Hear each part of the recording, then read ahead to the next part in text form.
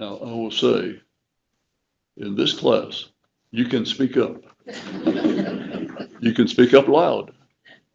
If you want to speak loud enough that they can hear you over there, that would be just fine. It is wild ideas who this might be, who these people might be. Jewish leaders. Okay, the leaders are the ones that are doing the killing and the beating. Who's getting prophets of the Old Testament? Um, how would you like to have been one of the prophets back in the Old Testament times? Ladies, how would you like to have been a Deborah?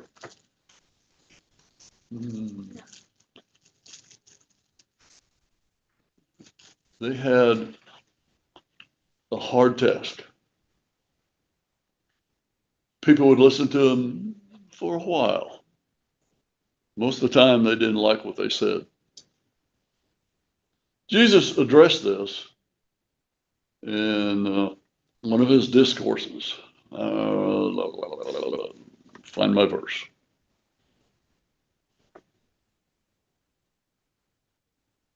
He says, "Therefore I send you as prophets, wise men, and scribes. Some of them you will kill and crucify, and some of them you will scourge in your synagogues and persecute from the city to city, that, that on you may all the righteous blood shed on earth, from the blood of the righteous Abel to the blood of Zechariah, whom you murdered between the temple and the altar. Surely I say to you, all these things will come upon this generation. Oh, Jerusalem, Jerusalem, the one who kills the prophets and stones those who are sent to her. How often I would gather you as children as a hen gathers her chicks under her wings, but you were not willing. So your house is left desolate." How many grew up on a farm with chickens? You ever see a mother hen gather chicks? When it rains, the mother hen gets the wings out like this, and the little chickens are under it, protect them from the rain. Uh, it's it's almost a comical sight to see them do that, but they do that. And he's saying here that, you know, you Jewish leaders, you're the ones that rejected God's message. You're the ones that killed all those prophets. Uh, uh, and now you're wanting to kill the Son. The last of this, I still have a son whom I love. They will respect him. This is part of the parable. How much respect did Christ get? On a scale of 1 to 10, what about a 1 from the leaders? If even a 1.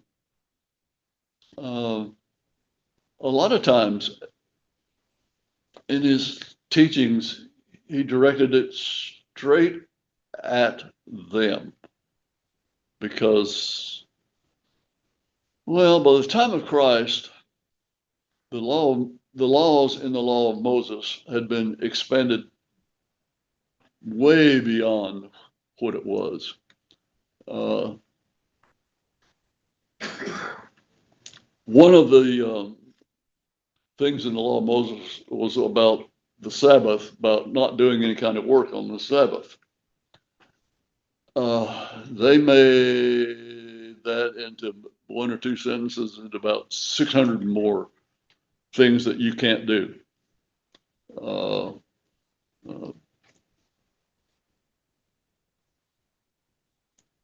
One time the disciples walked through a grain field and they plucked heads of grain. Oh, that was work. They're not supposed to do that. And the leaders got on to Christ for them doing that. And basically told him, you're in error about that one. And then he used one example, says, if you had a mule and it fell into a ditch on the Sabbath, would you leave it there or would you get it out? Well, you wouldn't leave it there because it could get hurt and stuck. So, well, that's a work. So, uh, these people were so entrenched in their power that they couldn't take someone else getting a great following that Jesus had. This scripture that he quotes is 10. It's from Psalms 118. As a matter of fact, if you were in the first service, the young gentleman who presided for the Lord's Supper in his remarks quoted this verse. And it's, the stone which the builders rejected has become the chief cornerstone. Who is that stone? Wouldn't it be Christ? Anybody in here, in your dealings, ever built a building in construction? What's a cornerstone? What's the purpose of it? I guess it's where you start. That's a starting point. And You make everything plumb from it. all right, and it's usually on the corner of a building.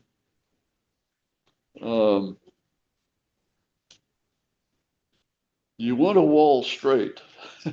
It's interesting on HGTV, they have people that go in and redo houses, especially when they get in some of these old ones. And they're putting new cabinets in the kitchen, and they look at that and says, that end of the cabinet's lower than that end of the cabinet. And they start looking at, well, the wall's not straight. So whoever built the house originally didn't make sure the wall was straight. And if part of the building's crooked, most all of it's going to be crooked. And back then, especially if a building was made of stone, if the ones I've seen, the cornerstones are larger than the other stones. And you had to get that one, if you got that one right and you build off of it, all the others were right. Now, with Jesus being the cornerstone, if we build off of him, everything's right. And that's verse 12. They sought to lay hands on him, but feared the multitude, for they knew he had spoken a parable against them. So they left and went away. They were scared to do anything because they feared the multitude. When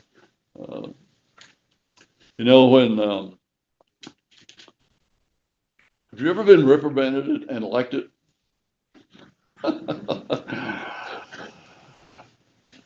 If you liked it, we need to talk, because there's something wrong with you if you liked being reprimanded. Usually we kind of look down and okay, I'm not going to do that anymore. When we got out older, though, it didn't work. Yeah. Afterwards, maybe I shouldn't have done it that way, or I shouldn't have done that thing. When I was in grade school, I played basketball, and my dad was the coach. Now, if you want to have pressure on doing anything, have your dad be in charge of you.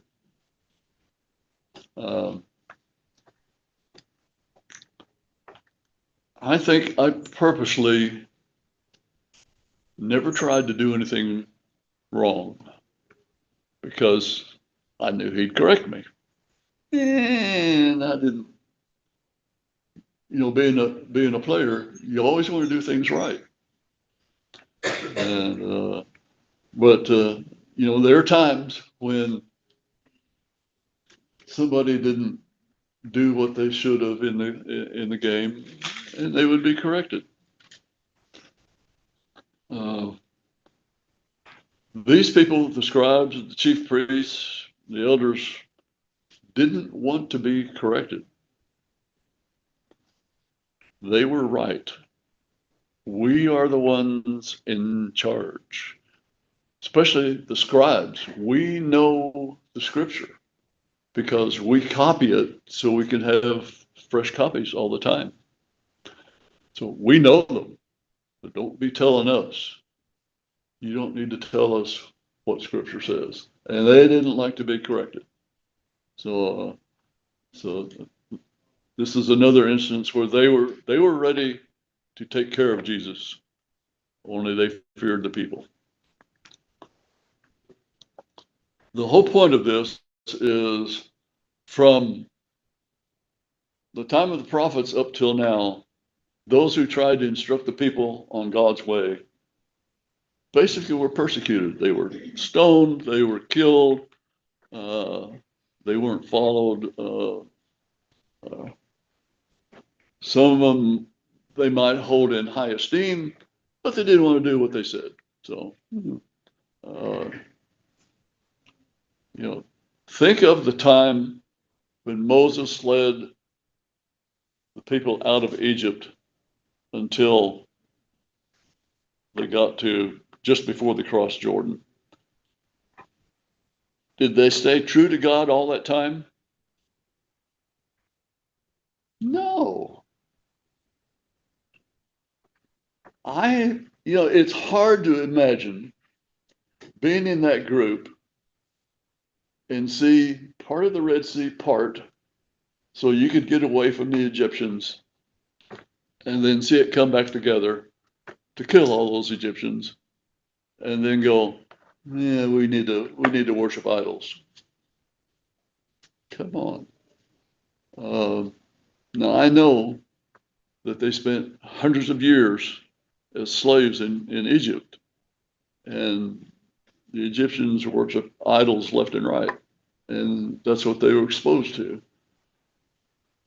But when you see some of the things that they went through and how God dealt with them and what God did for them, to me, it's hard to understand that it just seemed like a few years would pass and down they'd go.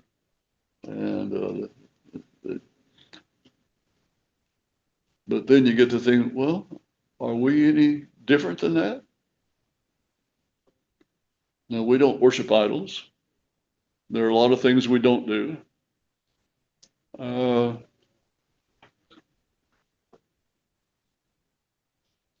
long do we go when we forget about what God's doing for us? Yeah, that's our own problems. Any more thoughts on this part of Mark? I've done a lot of talking, so.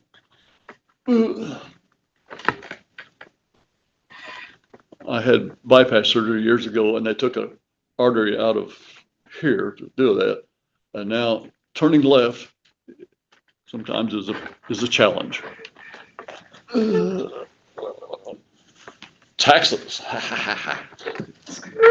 It's getting close to tax season, so let's hit ourselves between the eye on this one. And they sent to him, this is verses 13 through 17. They sought to and they sent to him some of the Pharisees and the Herodians to catch him in words. When they had come to him, they said, "Teacher, we know that you are true and care about no one, and you regard the person of man, but teach the way of God in truth. Is it lawful to pay taxes to Caesar or not? shall we pay or shall we not pay? But he, knowing their hypocrisy, said, why do you test me? Bring me a denarius that I may see it.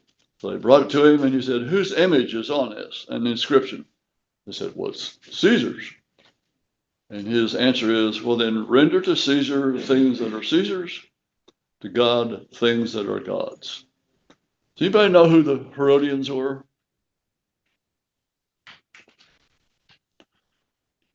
I didn't either, so I looked it up. I have this biblical encyclopedia at home that I get to look at once in a while. The Herodians were a group that were kind of a political and a little bit of a religious group that were tied to King Herod. Um, their allegiance would have been to Herod. Um, they would kind of be enough of allegiance to Rome that Rome would leave them alone, but more of allegiance to the Jewish nation. And so any kind of trouble they could probably stir up against Rome, they might, but they didn't want to do too much because then Rome would come down on them.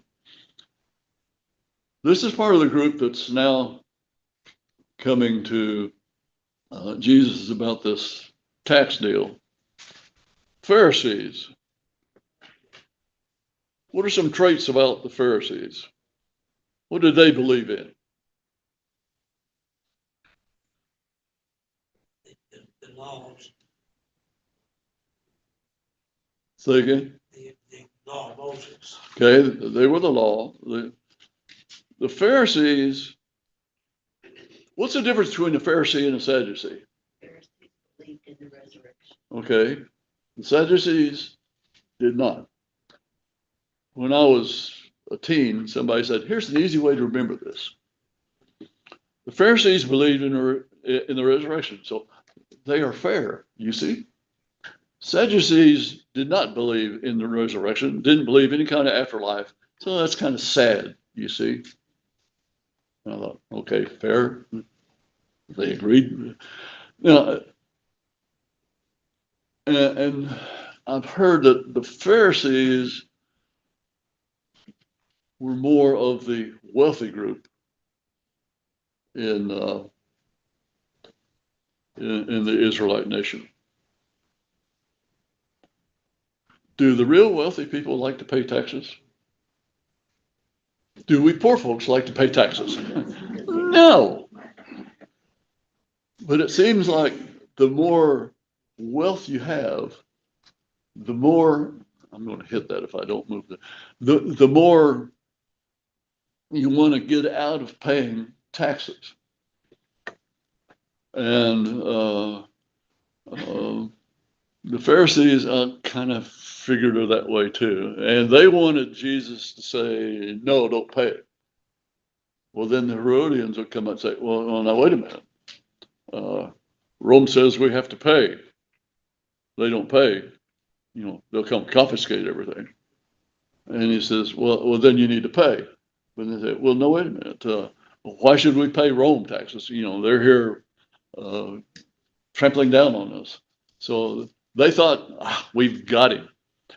It's almost every time somebody comes up with a question to Jesus, they think, this is the question that will trap him. Never does. It's interesting that initially he doesn't answer the question, but he says, bring me a coin. And they bring a coin, and okay, whose image is on it? Well, it's, of course, being a Roman coin, it's going to have Caesar's image on it. And the answer, render to Caesar things that are Caesar's, and to God things that are God's. This render to Caesar, what does that mean for us today? I know you've got an idea. I want to hear it.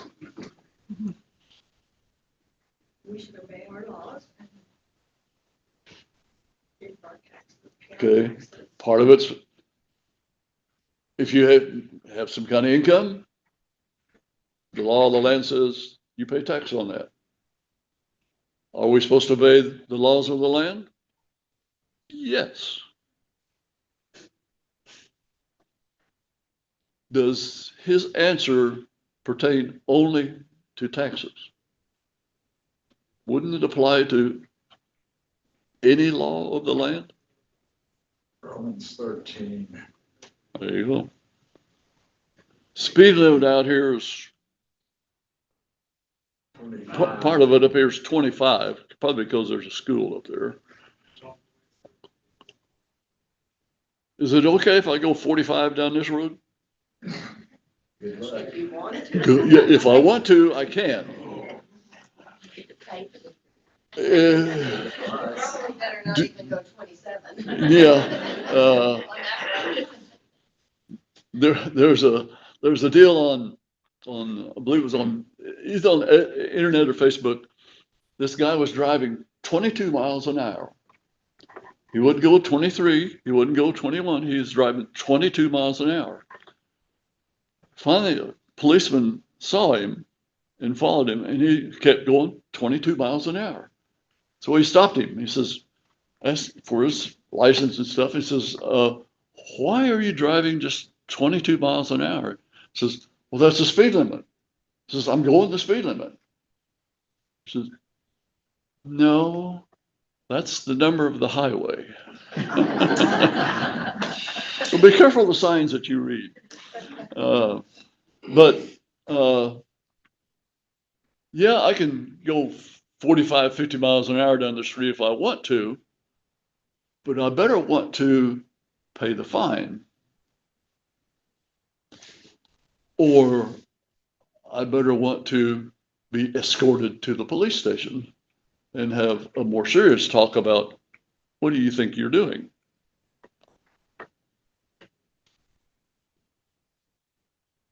I can also, if I want to, not pay my taxes. Eventually, the IRS will show up and say, you owe about 5 years of taxes. We'll take you to court. And they do.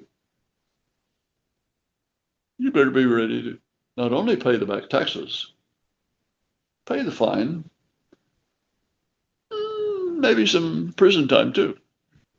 Depends on your attitude. So, render to Caesar has more to do than just paying taxes.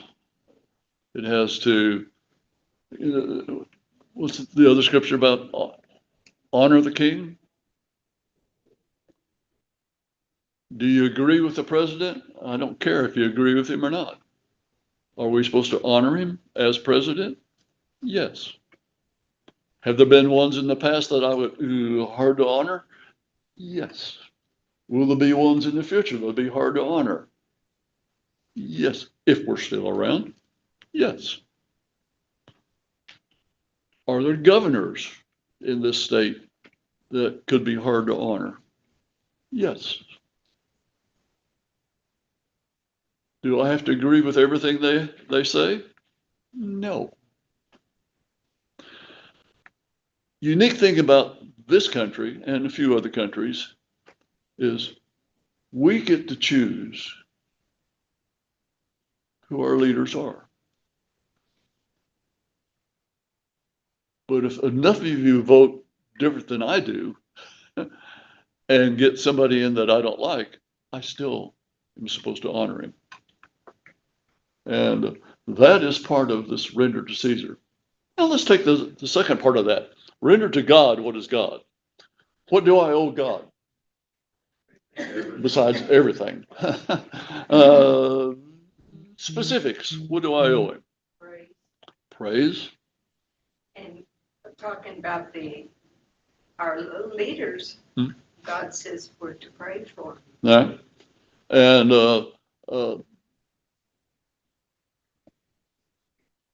I know there's a scripture that talks about an elder who does good work is to be honored. So we are to honor our leaders. So Jim, we honor you. Thank you. Uh,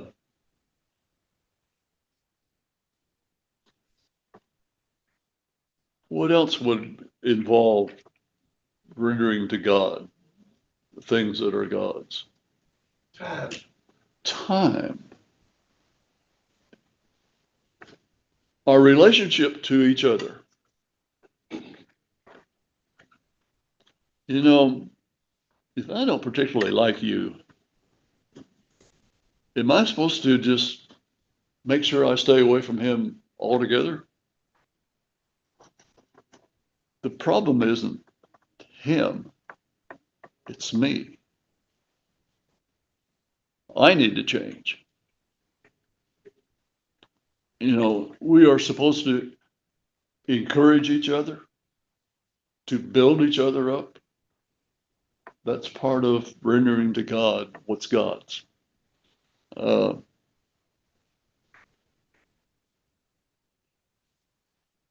I've long thought that whatever kind of ailment or medical crisis I've been through, if somebody else is facing that, I need to talk to that person. I've had bypass. If somebody else is about to have that, I need to encourage that person. Especially today, bypass surgery is not that big of a deal mostly than it was 30, 40 years ago. 40 years ago, it was well, it's still a major thing, but there wasn't much of a guarantee that you were going to survive it. Now, uh, when I was diagnosed with blockage, the surgeon came in and said, you know, you got blockage, we need to do a bypass. And he said, uh,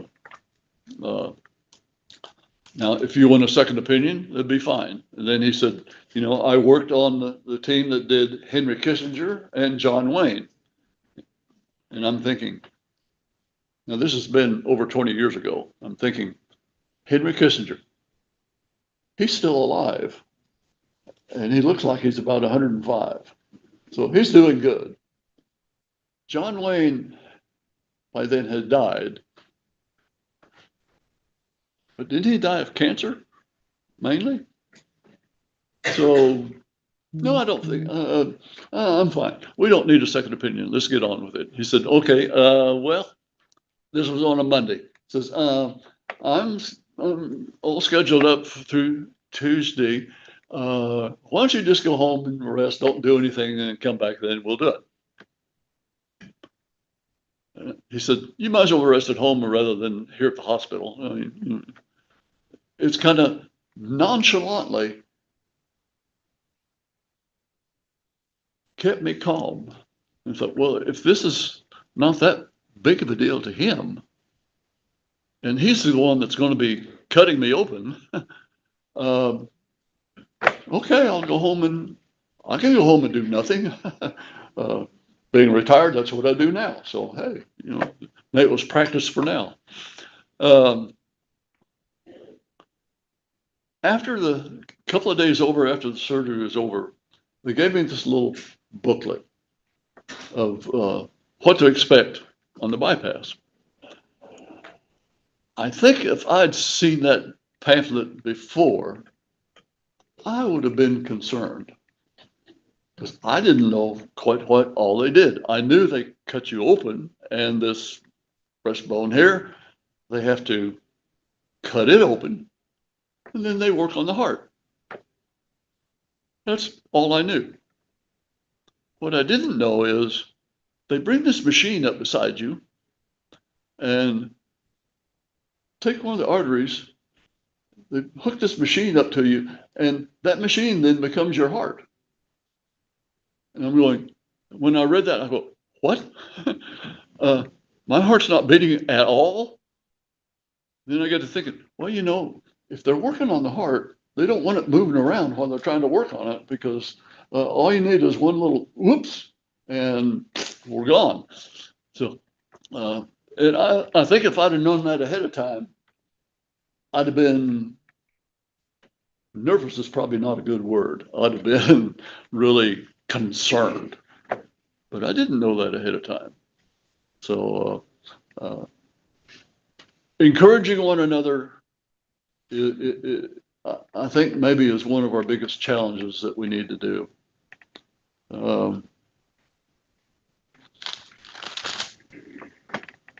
The rest of not the rest of the chapter, the verses down through 23 is interesting. Who comes up? The Sadducees. Remember, good old Sadducees. Says they believe in no resurrection. And they come up with this deal with this go. We've got this situation. I know that he can't answer at all. So they come up with this deal. Says there's this family that's got 7 brothers. One marries this woman. He dies. No children. So according to the law, the next brother is supposed to marry the woman so they can have a child to carry on the family name. The second brother dies. Third brother comes in, so on, so on, so on, down to the 7th brother. All this time, all 7 of them marry this woman, still no children. Finally, the 7th brother dies. Finally, the wife dies.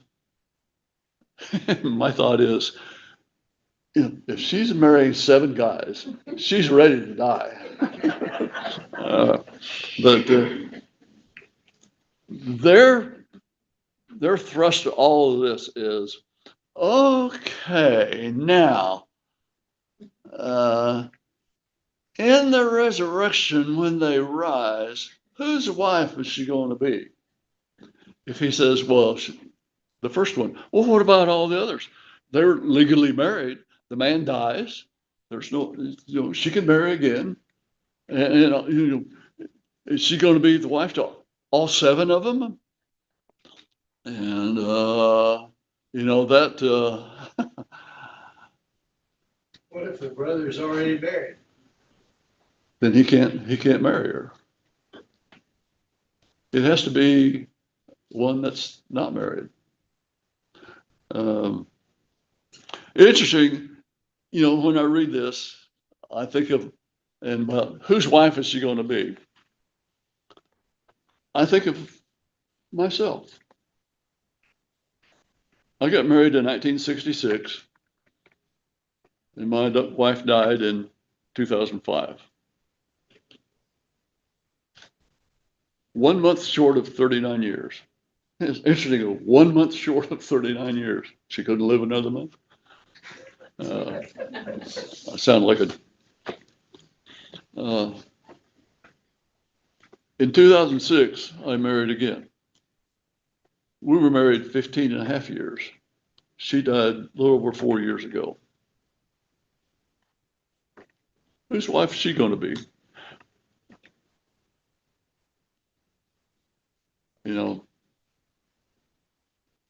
Will I know her in heaven? Will I know both of them in heaven as my wives? Years ago, we helped start a congregation out at Deer Creek, and Darrell Rickard was a retired minister from North MacArthur, and he worshiped with us at Westwood, and he was invited to become our minister. He says, well, I don't want to do that. I've retired. Said, well, be it for a year, then we'll get somebody. Well, that year lasted 5 years. But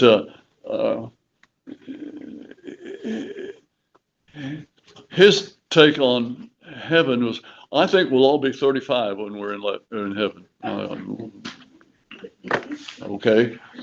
And he says, when we get there, he says, when I see the person that was my wife, am I going to walk up to her and just say, hey, how you doing? I just got a text, my wife's coming. All right. All right. And so, here's the answer. It says you're mistaken or deceived because you do not know the scriptures nor the power of God. Now remember, who asked this question? The scribes. Didn't believe in the resurrection, but they asked, in the resurrection, whose wife is she going to be? Well,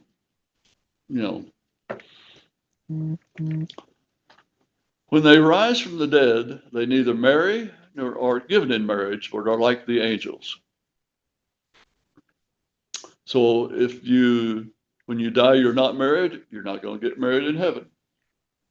Those of who are married, we're not going to be married in heaven. Now, I know that kind of contradicts the human emotion. How many times have you heard in your lifetime when somebody loses their spouse, I can't wait to meet them again in heaven? I hear that a lot. He says we're not going to be married. We're going to be like angels. Nowhere in Scripture do I ever read of any angel being married.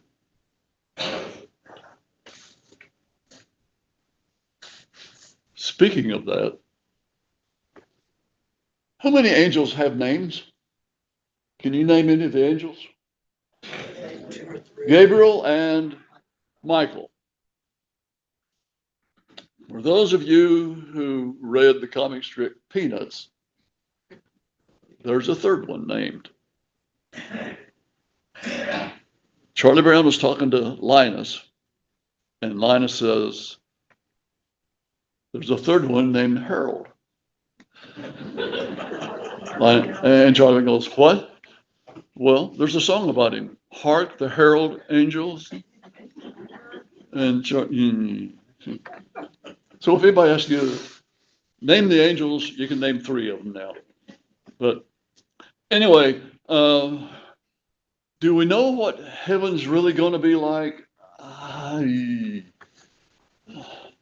I don't even know if we really know what heaven is going to look like.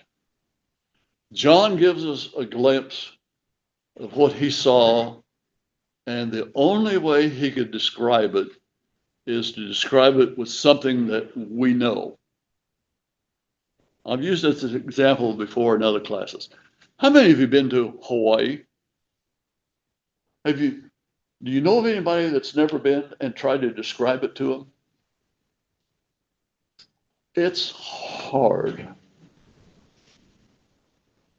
When you drive down some of the streets and there's a golf course, there's golf courses all over Hawaii. The green on the fairway is better than most yards here in the States. It's a lush green. When you're on the coast and you look out at the ocean, it is a blue that you cannot describe. Are there really gates of pearl in heaven? I don't think so. Is there really a street made of gold? What are gold and pearl made of? Material things. Heaven's not a material place. It's a spiritual place. As a matter of fact, what are you and I going to look like? Am I still going to look like this? I don't know.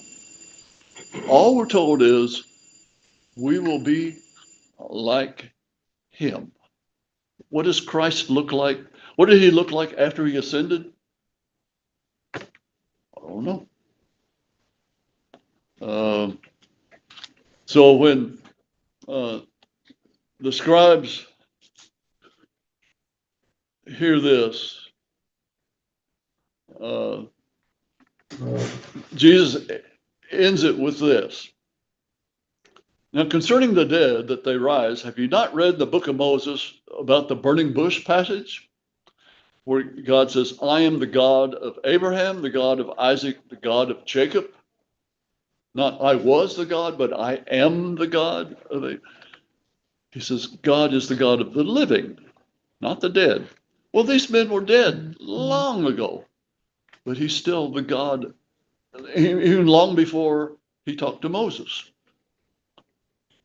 He could still consider them alive in a different state than here.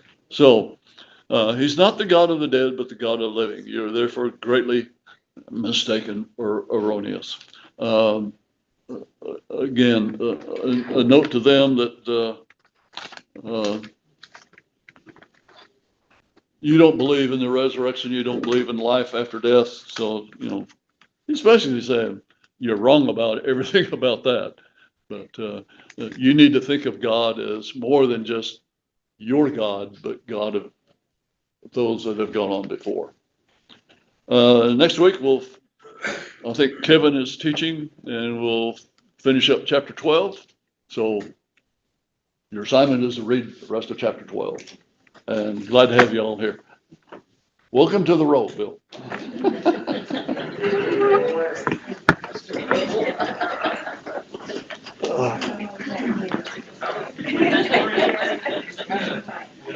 You're welcome.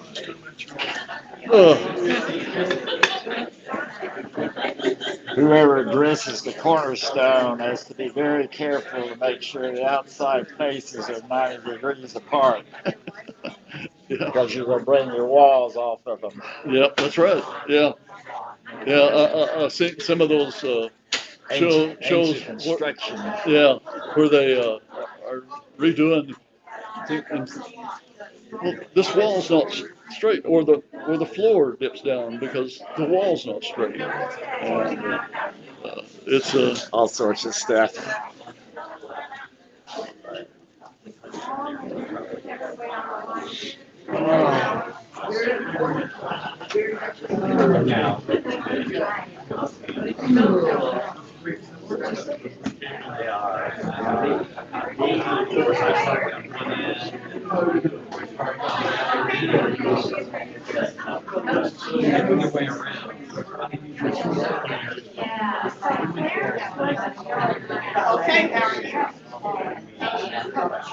well, he coached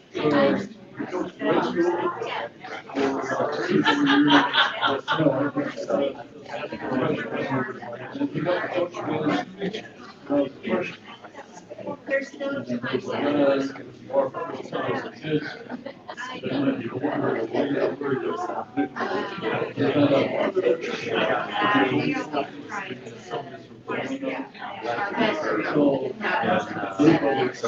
I'm not sure if they changed that. Maybe just didn't know it. But that's the last time. That's the last time we've been there. So I realized that part, but it was a good. Of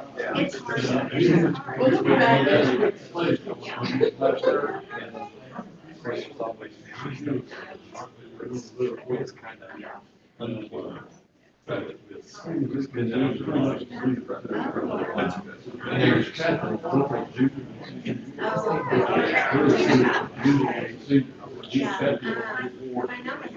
back then. But where did you find it?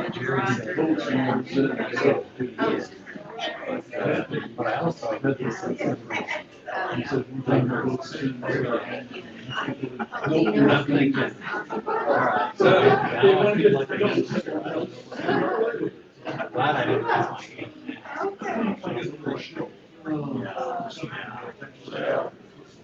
All right, good to see you. I'll reach out to the guy for agent, so it might take a bit to get a response back,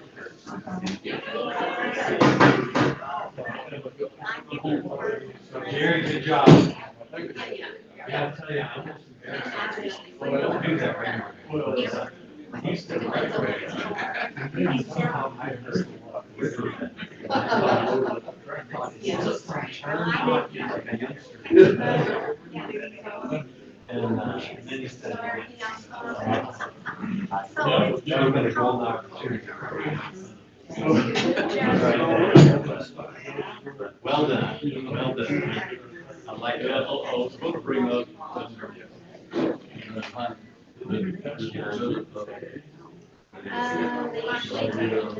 Yes.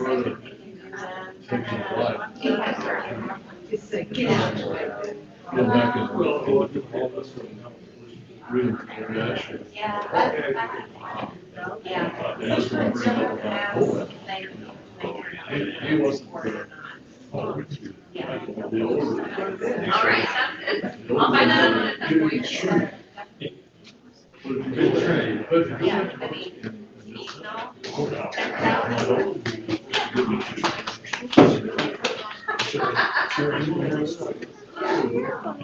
no wonder they put it in that.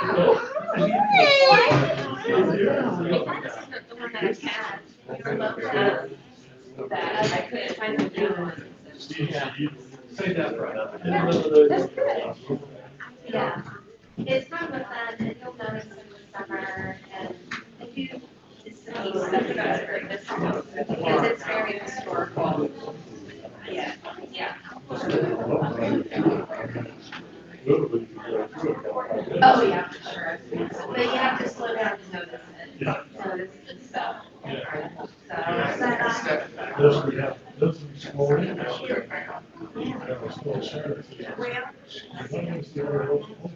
Had to rearrange it.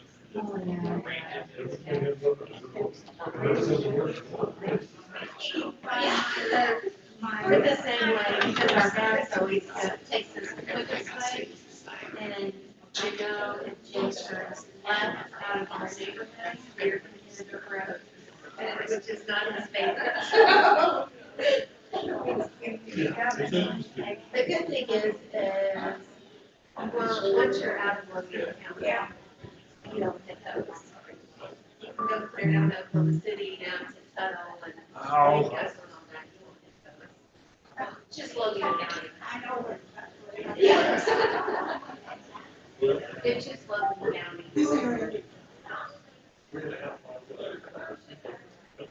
I know, yeah. I know. The good thing about where you guys are is that you come on 35 off the freeway really quick, and then you kind of bypass all of the, stop sign every mile.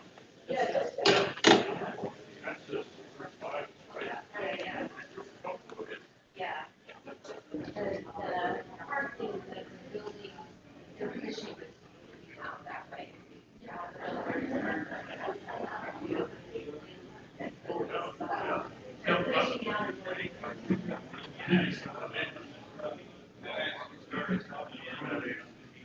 Oh, okay. Seems like it's working. Yeah. See you guys. Good to see you.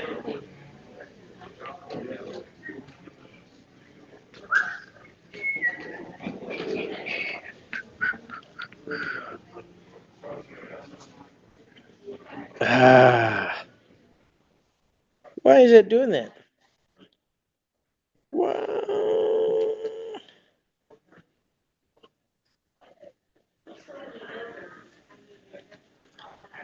Okay.